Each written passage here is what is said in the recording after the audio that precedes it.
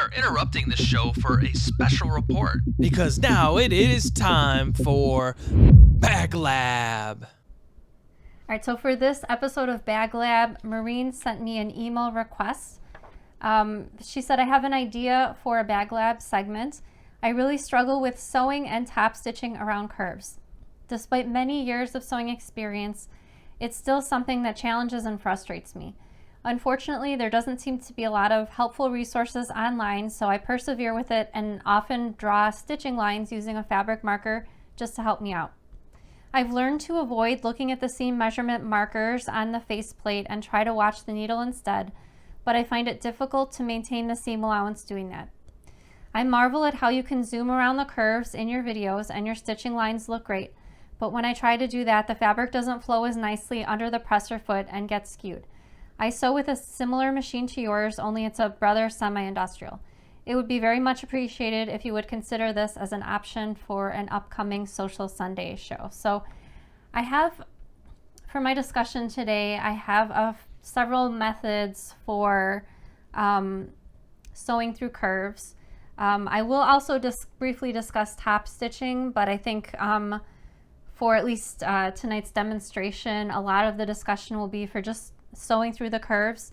One thing, Maureen, if you're not already doing it, I would suggest sewing with as narrow of a foot as comes with your particular sewing machine, as sometimes a wider foot can be a bit more challenging when sewing through the curves. So if you have, like on my Juki, I have a hinged zipper foot option. I'm actually going to be sewing tonight with my foot that I use most of the time, majority of the time.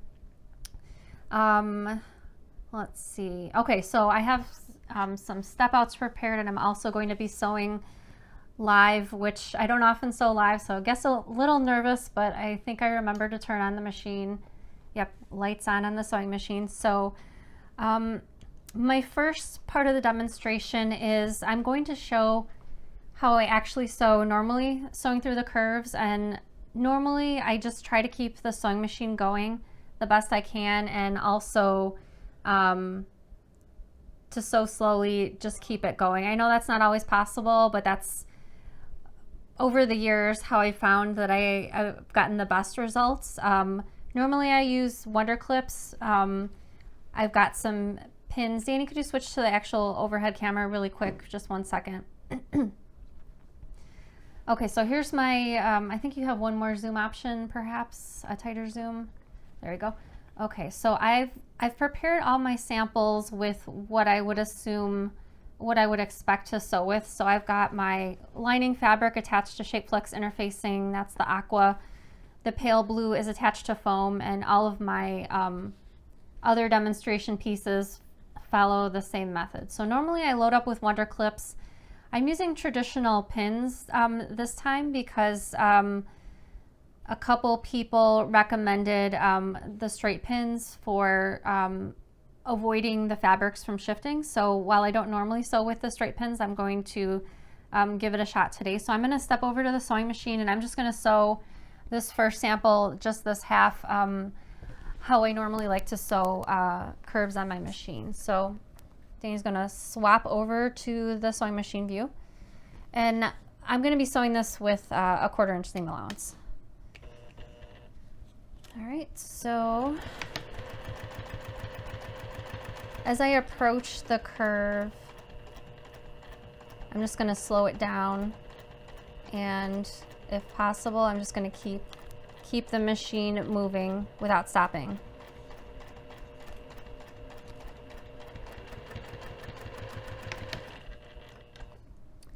Okay, so that's how I would normally sew that. Another suggestion for sewing through the curves is to machine based with a smaller seam allowance than is called for in that particular step in the pattern. So since I'm working with a 1/4 inch seam allowance, I'm going to first take a pass with a basting stitch, and a basting stitch on a sewing machine is just a longer stitch length than normal. So my normal stitch length is 2.5, and I'll just swap that out to, I guess I'll do 3.5 for that. So I'm going to go through once with the smaller seam allowance, an eighth, just to, I realize not every curve is going to just be two pieces flat against each other. You might have a side panel where everything is not flat, but you can use this for both instances. So I'm going to take one pass with the basting stitch using the smaller seam allowance, an eighth, and then I'm going to go back once I'm assured that everything's attached using the eighth. Then I'm going to go back using my regular stitch length and my regular seam allowance. So when you're sewing that first eighth, you don't have to be too careful. If you go off the edge of the fabric, no big deal, just jump right back on there. You just want to make sure everything's sort of more or less attached. So now I'm going to switch back to my regular stitch length, and I'm going to sew it again using the quarter. And because you don't have to worry about fabric shifting, you can really take your time and no pins are in the way. Everything's free and clear for you to sew. All right, so first two methods for tonight, those are both pretty basic. By the way, while I'm demonstrating these techniques, if you have any questions, you can type them in the comments at any time, whether you're watching on Facebook or YouTube. Danny is standing by to collect some of your questions, and I'll answer them live immediately following the demonstrations. All right, so the first two methods, relatively easy, straightforward. The third method for sewing a curved edge is a method I've actually talked about in the past, but I thought it would be great to include it in this because it definitely applies to sewing through curves, which is using staples. So Danny's going to play this video demonstrating how to use staples. Don't worry, the staples don't stay in the finished bag, but you'll see in a second just how useful they can be. All right, so I had a question this past week from Beverly, and she mentioned, let me grab a piece of fabric really quick. She mentioned she was struggling with her sewing machine when she was finishing up a bag. If your bag has a flap at the top or some form of bag where you need to sew the top edge of the bag, the exterior and the lining right sides together, those layers can kind of get on the thick side when you're adding all of the fabric and interfacing together. And she mentioned she was getting a bit of her sewing machine slipping off the edge of the fabric and perhaps not catching both the lining and the exterior fabrics and leaving an occasional gap or a hole. And so I wanted to show you, I've heard of people using this method in the past, but I've not tried it myself before today. But this method is for using staples to hold the layers of your fabric before you get them under the sewing machine. So I'm going to jump over to the side camera and show you my little prepared sample and how I use staples for this. Okay, so before the show I prepared an exterior bag. So this is a bag on the simple side. So I've got my exterior fabric attached to foam interfacing, and I sewed the sides and the bottom, and I did the same thing for my lining fabric. The lining's attached to shape flex interfacing. So I turned my exterior fabric right side facing out, and I'm going to go ahead and slip it inside my lining so that the fabrics are right sides together. So in the past I've used wonder clips for this particular aspect of bag making, basically finishing the bag up. So what you can do is either add tons of wonder clips and hope that they kind of hold in place while your sewing machine is getting through sewing the top area of the bag right sides together. I found that worked for me pretty well in the past, but I also, like Beverly, have noticed I've gotten some slippage of my own. This method will also work for if you're sewing your exterior side panel to the front and back of your bag. You can do the same thing with the staples here. So if you're finding the wonder clips are not holding fast for you and kind of slipping in place, you can use some staples. So I put a few on the back side over here before the show, and I'm going to actually staple some live on camera. So for sewing my bag together along the top edge of the bag, I'm going to be using 1/2 inch seam allowance. So you want to make sure that your staples fall within the seam allowance. I've marked it here just for the demonstration portion of this show, but you can mark it on your fabric as well if you feel more comfortable. So this is that 1/2 inch seam allowance, which means I will be sewing on top of the line because that's the 1/2 inch. So you want to keep your staples a little bit above the halfway point because we want to keep it away from the needle. Certainly you don't want to be sewing over any staples. But I'm just going to go ahead and take, this is just a regular stapler, and you can staple the staples as close as you feel that you need them. So if you want to staple them every 1/2 inch or whatever you feel comfortable with is totally fine. And this helps a little bit better than Wonder Clips because the staples obviously are not going to shift. Okay, so I'm going to flip this over. You can see the staples right there. I prepared this little portion before the show. As you can see, I've got the staples over here. I've got my stitches right over here on the line.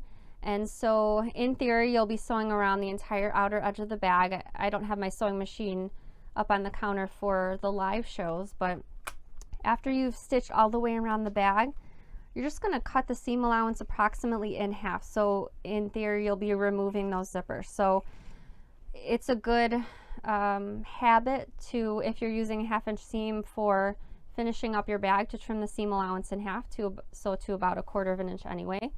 So when you're trimming those seam allowances in half, you'll be removing those staples. So the staples will not be left in the finished bag. And then you'll have a nice finished top edge of the bag without any gaps because the staples held everything in place. So hopefully that makes sense. Obviously this is a very simplistic bag. I didn't want to go ahead and sew an entire Polaris bag or anything like that, but I think you get the idea with the staples. And again, they're easily removable. You don't even have to remove them with a staple remover like I just showed.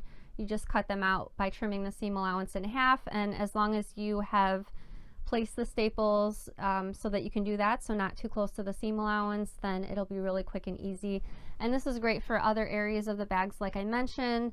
For example, when you're sewing your side panel, especially if it's a curved side panel to the front and back of your bag, sometimes that curved area, even with the Wonder Clips, tends to kind of slip away from you, or the fabrics kind of are not aligned as they should be. So the staples would definitely help with that. So thank you so much to Beverly for asking that question. So okay, so far we talked about continuous sewing, we talked about basting, we talked about staples. So the fourth method that I want to discuss today is sewing with drawing the lines out first and then sewing directly on top of your line. So Danny's going to switch me back over to the overhead camera, and Shanova told me about these seam allowance marking discs. I got these on Etsy. I'm sure other places make an iteration of these as well, and as you can see, these are all the different seam allowances that you might need to use. So since I'm working with a 1/4 inch seam allowance, I'm going to go ahead and take the 1/4 inch disc off here. And so what you do, there's a little hole in the middle, and I'm just going to mark on the wrong side of the fabric with my marking tool the seam allowance. I started marking 1/2 over here. If you have any straight edges, it might be a good idea to kind of butt your ruler up against one end just to kind of serve as a guide. But obviously once you get into the curves, you're sort of relying on keeping this moving through the curve. So this is a really great way of getting the seam allowance marked. And then I'm going to pin this to my exterior fabric and take it over to the sewing machine and sew right on top of the marks that I made. So one thing that might be helpful, I know certainly for my particular sewing machine, the sewing machine light is a little bit dim, but if you have access to sort of like a desk lamp, or I know they make a lot of different sewing lamps with an adjustable arm that you can kind of tilt toward your machine, having some extra light might be helpful so that you can see that your lines, obviously using a darker ink or a contrasting ink will be helpful as well. I'm just going to pop over to the sewing machine again and I'll start over here and I'll stitch through some of the lines that I made.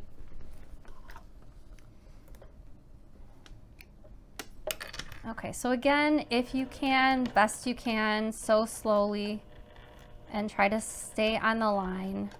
I find that maybe this is just personal preference. The more I start and stop, unless it's absolutely necessary. That sometimes gives me not as clean of a stitch line. I know sometimes it can't be helped. But I think I did pretty good staying on top of the line, especially through the curve, which is the important place here. The next method is, so Danny's gonna switch back to the front camera. I was speaking with Nicole earlier today, and if you're a member of our Facebook group, you've probably seen some of Nicole's latest projects. She made a few amethyst project bags with some binding around the outer edges. It's not in the pattern, but I really like the pop of color that binding gives to the outside of the bag. But Nicole was telling me earlier today that when she sews a curve, she doesn't actually stitch a curve, she just sews straight lines. And I was like, what do you mean? So Danny switched back to the overhead camera. So Nicole made me a little drawing. By the way, I've linked to Nicole's Instagram in the description of the show if you want to check out the projects that she's been working on. So she made me a little drawing and it looked like this. And I was like, wait a second. So you're never sewing a curve? And she's like, well, you know, most of the time, no. And I was like, well, I heard what she was saying, but would it work? So I made up a bunch of samples with just foam interfacing, and I just sewed them together because I was like, well, I don't know, like it just sort of seems like it's not going to work. So this is one of the early samples that I made, and I was like, well, yeah, I mean, I sewed a straight line, but it doesn't look like I sewed a straight line. So if you look at this flap that I made earlier, try to guess which side, left or right, is the curved sewing, and try to guess which side is the straight sewing. Danny, what do you think? Which side, right or left? Right is the straight, I'm guessing. Why do you think that? Does it look straight to you, or are you just... No, I can see the left side a little, like when you do curves, I see like little angles. It's not like a smooth curve. Oh, okay. Well, I mean, it's pretty darn close. Like, I have to say, this is the curved sewing on the side. I think so. Yeah, I wrote it down on the other side. I was right. And that's the straight edge. So let's talk a minute how we can accomplish this. And I definitely recommend, like what I did, make a few test scraps to practice first before you actually start working on your bag, just to get comfortable with it, see if you need to make any adjustments. And I will say, if you're taking your turning tool like this and doing the straight sewing and pushing the corners out, I think the straight edge will be a little more apparent. I recommend using your fingers and then just going inside and pushing that corner out instead with your fingers rather than a turning tool, because I think a turning tool is going to get more, less of the curve, show less of the curve, if you will. So let me pull out my fabric sample again. And this is just a pattern piece from something I'm working on right now. I just wanted something with a curved edge. Let me flip this over. Actually, okay. So let's pretend we're working with a 1/4 of an inch seam allowance, and then I'll also discuss a 1/2 inch. So I'll do, just for drawing purposes, okay, I'll just draw a 1/4 of an inch over here. I'll show a 1/2 inch on the other side. Okay, so the straight edges, I'm going to start by drawing the 2 straight lines, 1/4 of an inch seam allowance. And I'll do the same thing on this side. And then what I'm going to do with my pattern piece is I'm actually going to fold it directly in half so that the 2 straight edges meet, just like this. And, oh, let me flip it back over. I'm going to align it with my fabric, and then I'm just going to fold it in half just so I can get sort of a, I think this is called a 45-degree angle. I want it basically directly down the center of where the curved edge is over here. So I'm going to take my quilting ruler and I'm going to place it so that one of the straight lines on the ruler is even with this line that I drew. And I'm going to place the ruler 3/8 of an inch down rather than a 1/4. So I have to say, when I was kind of playing around with making these little samples, at first I kind of made a line using the same seam allowance, 1/4 of an inch, and it kind of made the sewn corner like too pokey. It wasn't like curved enough. It was sort of more like a little poked edge over there. So using the same seam allowance, I found at least, didn't work so well for me. So I'm going to draw this straight across. The reason that we're drawing this 45-degree angle line over here is because otherwise you kind of don't know what angle to place the ruler. So the line really helps you and sets you up so that you just place one of these straight edges, like the 7-inch edge, on the line, and you can just kind of shift it up like that. So I'm going to draw the same thing on the other side. Again, I'm going to take the pattern piece, place it even with the fabric, and then fold it back along the line that I had already pre-folded. I'm just going to draw a line straight like that. Okay, again, I'm going to take my ruler and place it 3/8 of an inch down from the edge of the fabric, and then just draw the line straight across. So that's what to do if you're using a 1/4 of an inch seam allowance. If you're using a 1/2 inch seam allowance, which I'll draw on this side of the fabric, it's just going to be a little different. So instead, you're just going to draw your lines on the straight edges using a 1/2 inch. And then instead of 3/8, you can use 5/8 of an inch instead. So steps are pretty similar. There we go.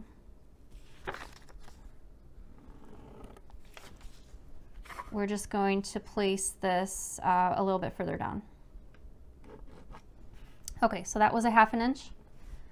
Let's flip back over to the other side where I drew all of the lines. I'm going to go ahead and grab my piece of foam interfacing with the fabric attached to it, and I'm going to place these two right sides together, and I'm going to pin these in place using wonder clips, and we're going to take this over to the sewing machine. So a couple of things I wanted to mention while I still have this on the overhead camera. You want to come down exactly on the lines. Maybe you've heard me before when assembling a zipper pocket. If you're sewing along and it looks like your needle is not going to come down exactly on this corner over here, let me draw this in black. This dot right over here is what I'm talking about. So like sometimes when you're sewing, your needle is either too early or too late.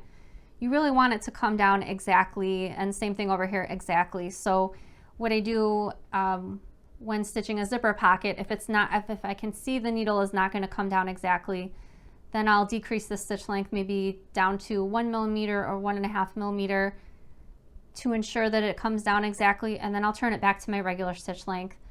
Same thing for all 4 corners, and sometimes I don't realize that it's not going to come down exactly until I have my needle down and I start to kind of pivot the fabric, and then I can see like, oh, you know, I'm a little too early. So I'll go back and redo it so it comes down exactly. So that part's kind of important to get more of an even curve in the corner. So I'm going to jump over to the sewing machine and sew this one on camera. Okay, and since you have the lines drawn, it's really nice to get started. Just sew on top of the line. And I'm approaching that corner. It looks like I need to reduce my stitch length, which I will. And then once you kind of pivot it, actually I'm gonna try for one more stitch there. Once you pivot it, it's more clear if you've come down exactly or not, which I can see better. I mean, sometimes you do come down exactly, which I did over here. Sometimes you don't, so you just have to wait and see, I guess.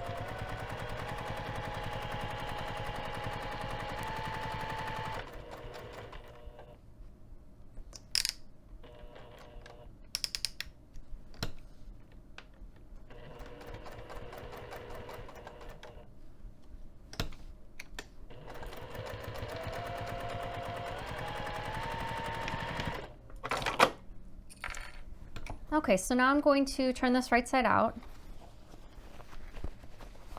and then I'll switch over back to the overhead camera, Danny. Thank you. Okay, so this is what it looks like when it's turned right side out. If you notice one of the corners looks not as rounded as you'd like it to be, what I just did is I just kind of took my fingernail and kind of nudged it in.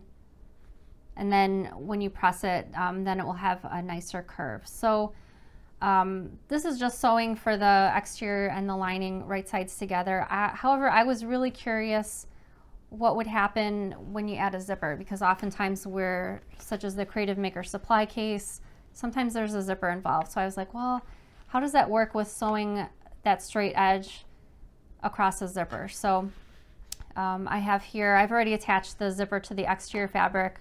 I've got a double pull zipper over here. Let me quickly mark up my fabric. I suppose I should have gotten this one marked previously, but neglected to do so.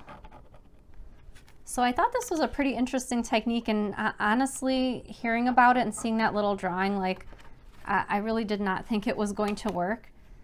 This certainly is something great to try. Like I mentioned, give it a practice with some scraps first, but I thought it was a really nice way to take some of the stress out of sewing through curves, especially as I'm going to show in just a minute, once we add that zipper in there.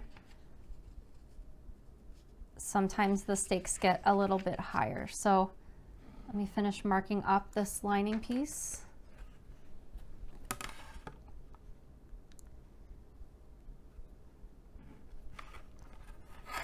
And it's almost kind of like a little parlor trick, like sewing with the straight lines but getting a curved finish. So I've got my piece marked up already, and I'm gonna go ahead and before the show, I kind of stitched across the ends, as you can see, with the white thread, just to make sure my zipper heads were not going to come off. So it's always easier to pin and sew with just half of the zipper tape to deal with, so I'm going to move that out of the way. And then I'm going to go ahead and pin this in place. I'm going to start with the corners over there. So the important thing to keep in mind when you've got the zipper in play now is to make sure while you're sewing that the zipper tape and the teeth especially are pushed out of the way. So having a couple wonder clips on that corner, I can feel the teeth right there. Just make sure it's pushed out of the way and you'll be completely fine. Okay, so let me get a couple other wonder clips over there. So let me take this back over to the sewing machine and I'll sew through at least one of the corners on camera.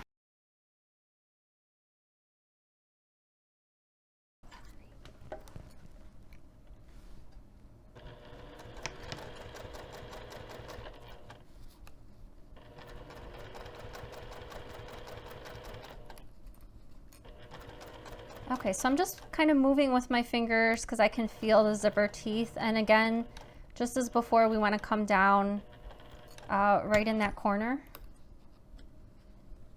And if you need to kind of adjust things a little bit, you can do that.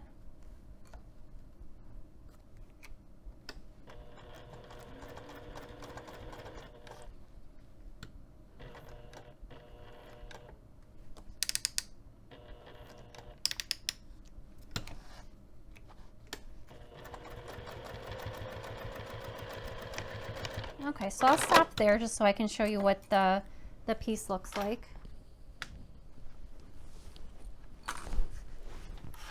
Okay, so here's the edge that I just sewed over here. Let me pull some of the wonder clips off.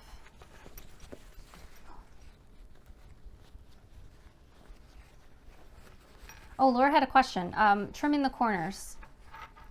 There, as you can see, I've got a pretty good curved edge over here, and I have another little sample over here so you can see it without the extra color.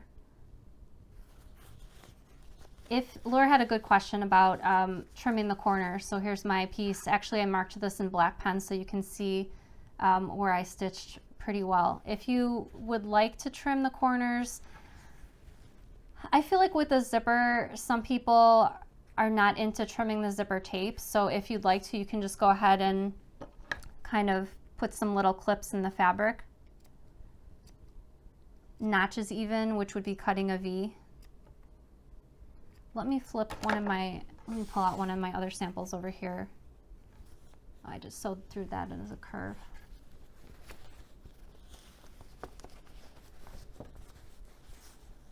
Okay, here's the one corner that I sewed straight across.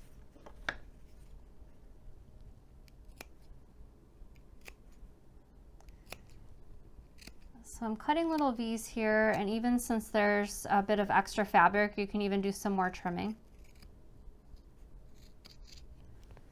Good question, Laura. That'll help remove some of the bulk in that curved edge as well. Okay, so a couple more things that I wanted to talk about. Maureen had, as part of her question, top stitching.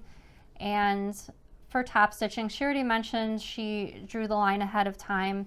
I think that's a good idea also. I guess pretty similar to how I normally sew the curves. Just try to sew slowly. If you need to, switch to a thinner foot. Sew slowly and do your best to keep it going. So I'm going to pop this back over to the sewing machine just to demonstrate doing the top stitching. So I'm going to turn my stitch length a little bit higher than my regular stitch length, so 3 millimeters for top stitching.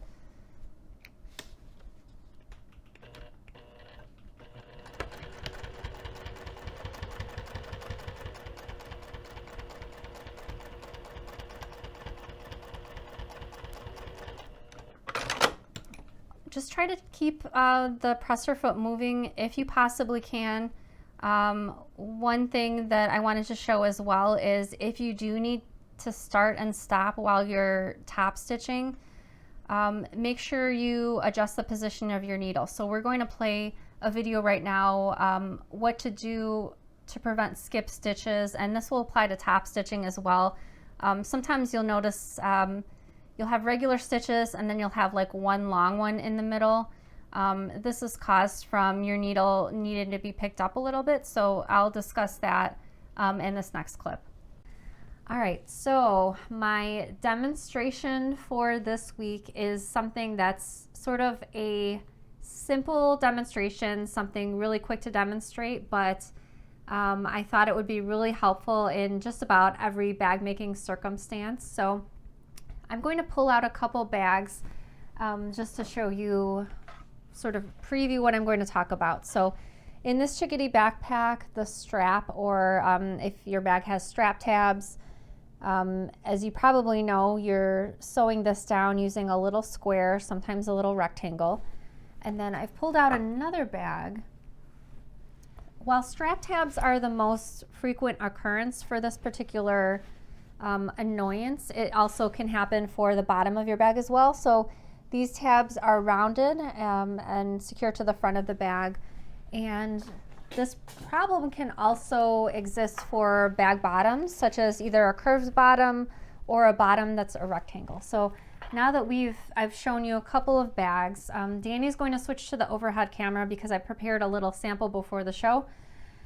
Okay, so sewing corners or sewing bottoms of bags or strap tabs. So I prepared this little demonstration. This is just foam interfacing, and I've used black thread so you can see it clearly. And as you can see, I had to sort of fool around with my little sample before I was able to get my little annoyance over here. So as you can see, when you're sewing corners, either straight corners or curved corners, you're generally pivoting with your needle. So I sewed a few, everything was fine. And then over here, if you take a look at this one, let me grab my pen. As you can see, the thread kind of cut off the corner, which is not what you want, especially when you're top stitching straps or tabs like I was showing before I pulled out this sample. So how to avoid this little skip stitch in the corner. So I'm going to move over to my sewing machine so we can talk about this a little bit before I demonstrate it on my machine. So I've linked to in the description a little cartoon illustration of basically how a sewing machine works, explained in a GIF. So if you're interested in checking that out, it's literally like a 2-second long illustration.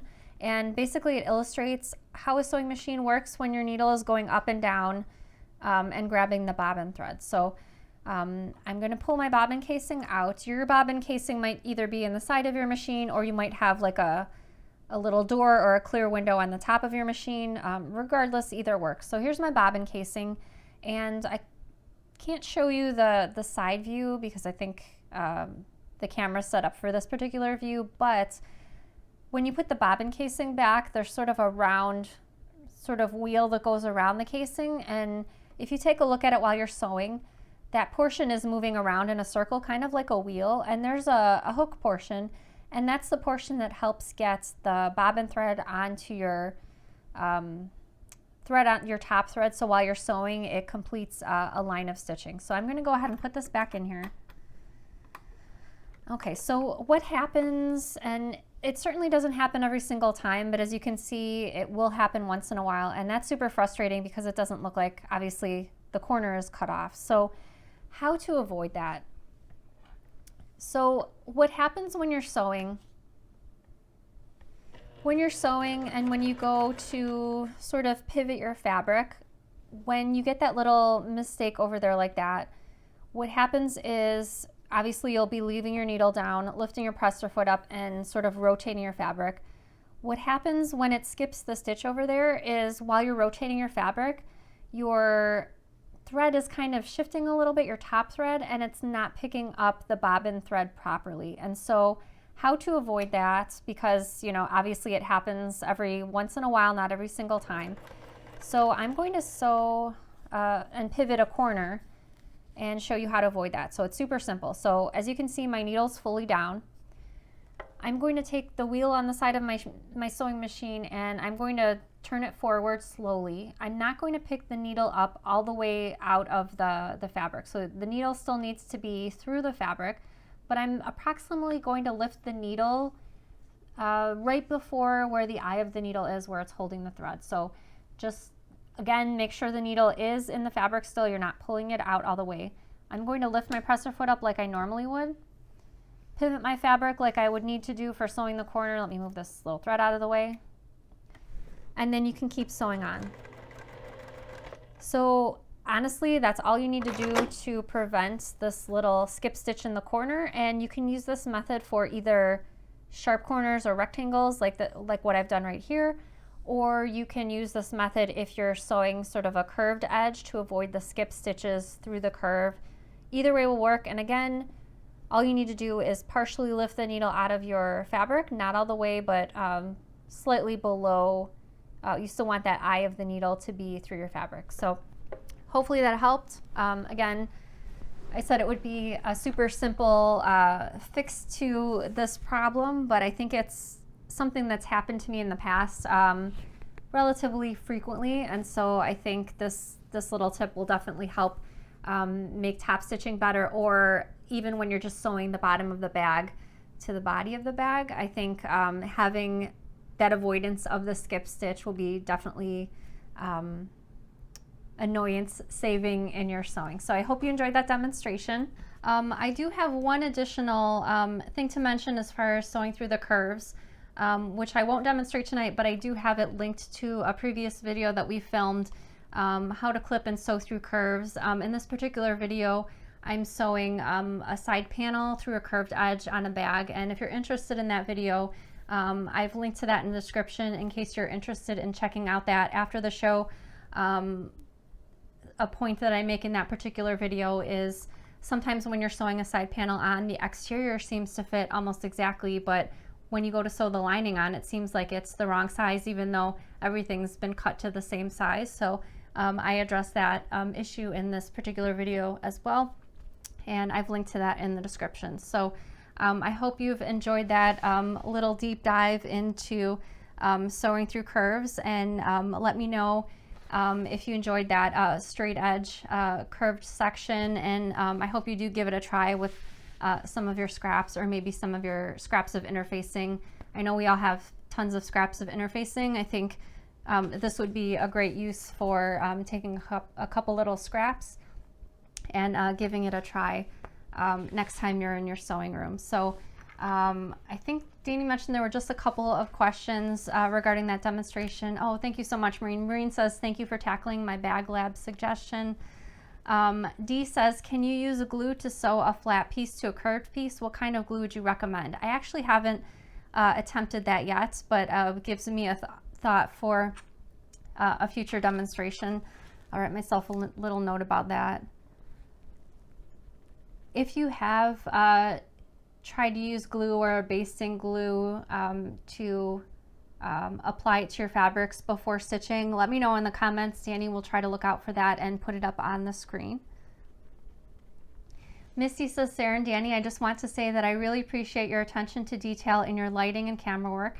Sarah's tutorials are my favorite because the camera angles always provide a clear view. Well, I really appreciate that, Misty, and I have to say none of that is my work. That's all thanks to Danny and his research, and he's always adjusting things. Even before we went live tonight on the sewing machine, I was like, well, you know, the presser foot is causing a little bit of a shadow there, so we were trying to adjust it before the show. And I know tiny little things like that are things not most people would notice, but Danny's like, no, Danny needs to see like the fabric in the shot and the fabric in the overhead and on the sewing machine, and he's always comparing, so he really spends a lot of time on the camera and lighting for our videos. Ella says, Sarah, where do you look when you are top stitching? At the edge of the fabric, the needle, or the fabric lines up along the plate? That's a really good question. I am usually looking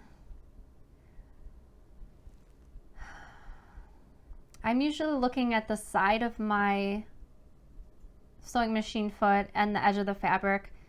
I feel like when I've tried to look at the etchings on the plate of the machine in the past, it's caused me to have uneven either stitching or top stitching through the curve, because obviously the etching on the plate is straight, and as you're sewing the curve, the fabric kind of changes and it looks different. So me personally, I have a hard time looking at the etching on the sewing machine. I try to look at my foot position in regards to the fabric, and maybe that's just my comfort level with the fabric and the presser foot over time. I'm not really sure what that's about, but yeah, that's what I usually look at. Winless Original says, I use school-based glue and heat to baste. Both liquid and glue sticks works really well. Thank you so much for that follow-up comment to the question. And Kathy says, the glues I use are Eileen's fabric glue and Beacon 3-in-1. Yeah, Beacon 3-in-1 is a really great glue. I've used Eileen's fabric glue in the past, but it's been a while.